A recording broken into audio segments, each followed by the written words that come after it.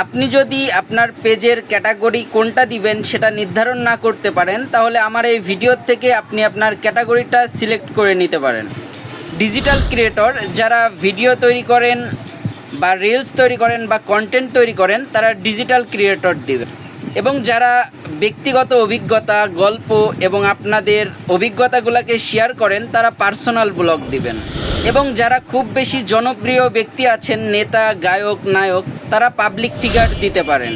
যারা শিক্ষক অথবা শিক্ষিকা আছেন, মানুষকে শেখান অথবা স্টুডেন্টকে শেখান, তারা এডুকেশন ওয়েবসাইট দিবেন। এবং যারা আপনার পেজকে বিক্রয় এবং আদান প্রদানের জন্য খুলেছেন, তারা ক্যাটাগরি দিবেন ই কমার্স ওয়েবসাইট। যারা সংবাদ এবং বিভিন্ন নিউজ তৈরি করেন, তাদের জন্য ক্যাটাগরি থাকবে মিডিয়া, নিউজ অথবা কোম্পানি। যারা স্বাস্থ্য বিষয়ে বা হেল্প টিপস এগুলা ব্যবহার করেন অথবা এই বিষয়ে কথা বলেন, তারা হেল্প এবং বিউটি এই দুইটা অপশন দিতে পারে।